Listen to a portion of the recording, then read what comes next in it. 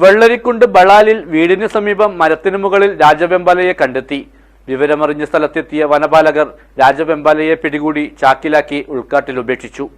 This news sponsored by Forever for everyone. Shobhika Weddings, Big Mall, Kanangad, Kozhikode, Koilandi and Kutyadi. ശനിയാഴ്ച ഉച്ചയ്ക്ക് 1:30 കൂടിയാണ് ബളാലിൽ മരത്തിനു മുകളിൽ പാമ്പിനെ കണ്ടത്.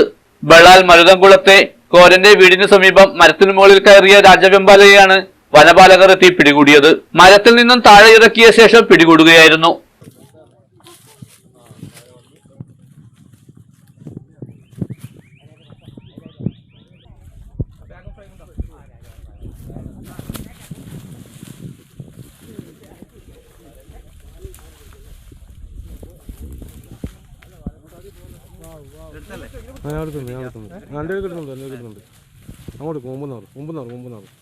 ഷാക്കിനകത്താക്കിയ രാജവെമ്പാലയെ ഉൾക്കാട്ടിൽ ഉപേക്ഷിച്ചതായി ഫോറസ്റ്റ് ഉദ്യോഗസ്ഥർ അറിയിച്ചു.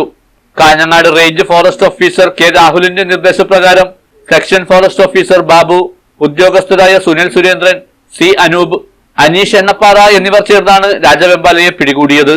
News bureau, Kanhangad.